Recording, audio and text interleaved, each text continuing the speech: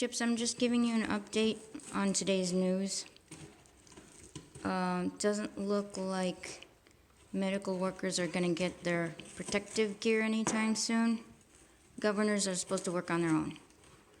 And it's good to see that you're keeping a distance, Simon and Wilbur. That's good. Keep a safe distance from one another. Wilbur? Well, no one's as frustrated as you, I understand. And you've been making that isolation box for quite a few days now. I'm not really sure what set you off like this. But Chips, well, anyway, I'm sure we'll get business checks and everything and health insurance for everybody pretty soon.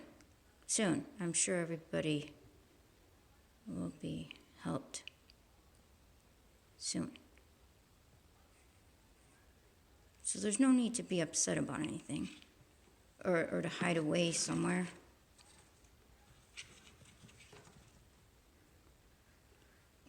You're not really acting like yourself, Chips. You know, there's a room full